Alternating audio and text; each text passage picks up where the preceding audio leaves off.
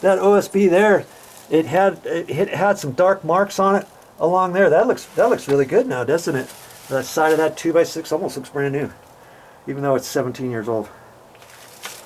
Okay, so you can see where the lines, where it's dripped, and that's how well it's done up there.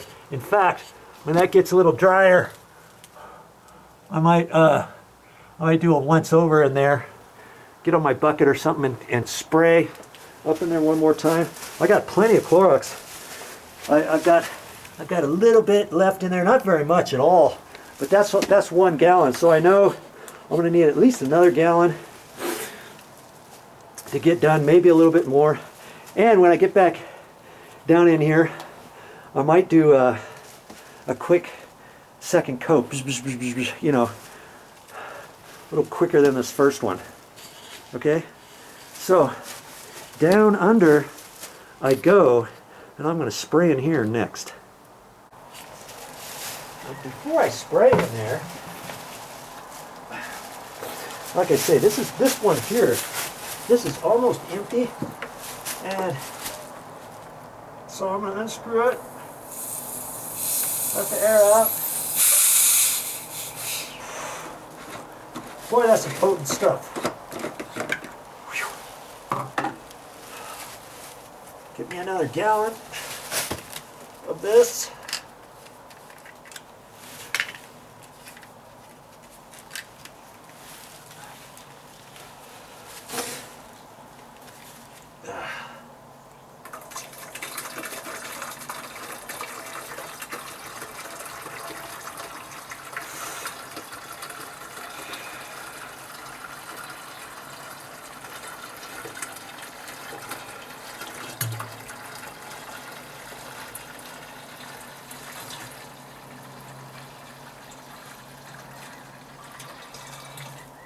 One gallon at a time, that's all I'm going to do.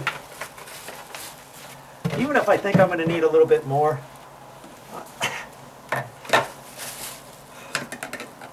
Push this down. Now I can screw it in. Pump it up. Back it off. There's a little hook there that once you tighten it, you loosen up and pull out of the notch. Yeah. Whew.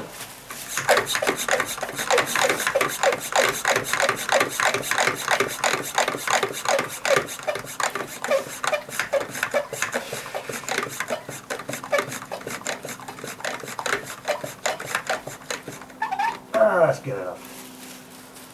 And then hook it in there. Okay? Ready to spray some more. When I get done with spraying all this, if I got a third of a gallon left, I'm just going to spray more, get all of it out of there, and then I'll rinse this thing out with water.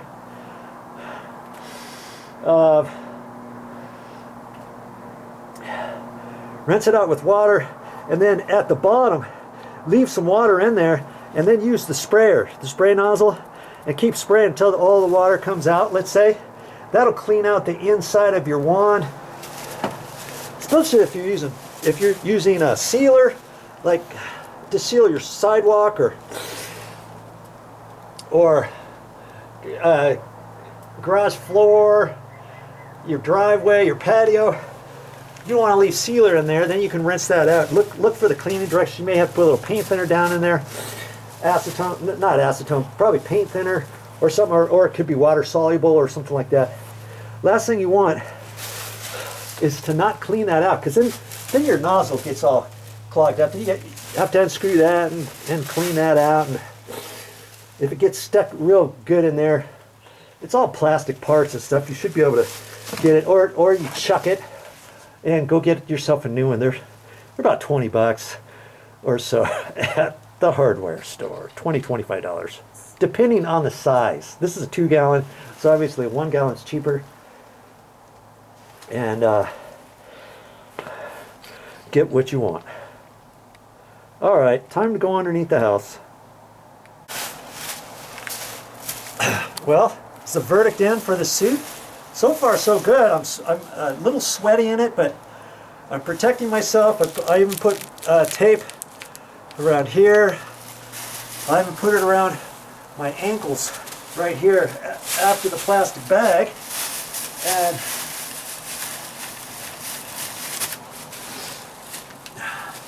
I got my feet covered. I put some around my neck. I've got my white t-shirt on, upside, inside out. I don't care if I get any Clorox on that. I can just throw it in the washing machine, right? Okay, so this suit, what was it? It was like $9, that's it. $9, $10. You can get Tyvek ones. This is not Tyvek, it's another material. You can get a Tyvek one for $13, $14 with a hood. Or you can get one like this without a hood. And they come different sizes. I saw extra large and double extra large. Hood and without hood. I was gonna get a hood, but they didn't have them. They were all sold out, so I thought, hey, hooey on that. I'll make my own hood.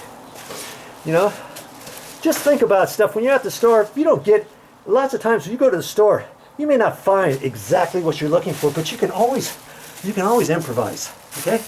So that's what I'm doing.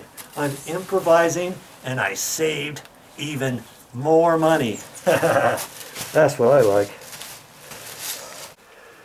Okay, so I'm ready to spray in here, and I'm only spraying the areas where I scraped all that stuff out. This bay here, this bay on the inside, and I'll probably I might do a couple extra bays. I'll do the bottom too, and all that kind of stuff. I want to make sure I keep my extension cord out of the way. I got my nail bag under here, so I'm moving that right now.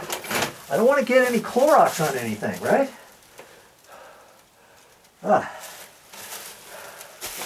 So I want to make sure you can see what I see, and I think I got you set up pretty good right there. I got this all pumped up, all ready to go, and I'm gonna do up in here too, I think. I probably should have done that last so it didn't drip on me, huh? Yeah.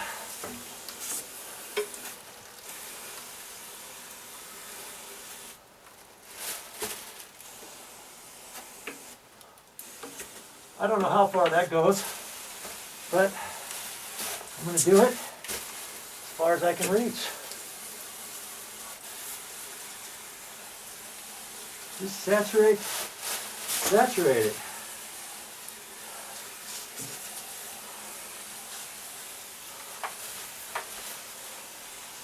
Getting in that groove.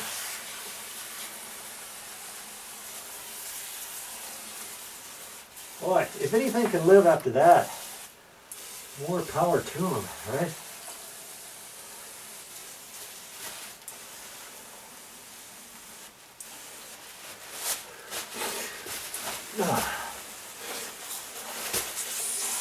Right down in there.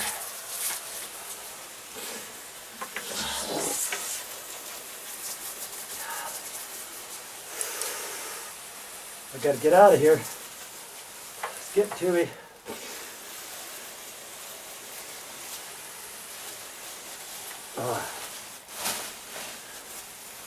Okay, looks pretty good.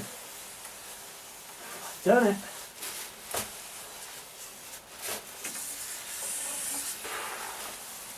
Okay, I always want to overdo things. When you set this down, you can set it down and just put this under there and hold it. If you want to get that nozzle down in the ground, especially in dirt, you don't want to screw up your nozzle. Okay, I got to get back out of here and keep working on my project in there. Okay, back and forth I go. Ooh. So yeah, before I put the Hudson sprayer away, I'm going to rinse it out with water, and I'm going to leave a little bit of water in the bottom. I'm going to pump that back up, and I'm going to spray it through the wand to rinse that out as best I can. And I've got, as you can see, I've got 3 gallons of Clorox type bleach left, HDX bleach.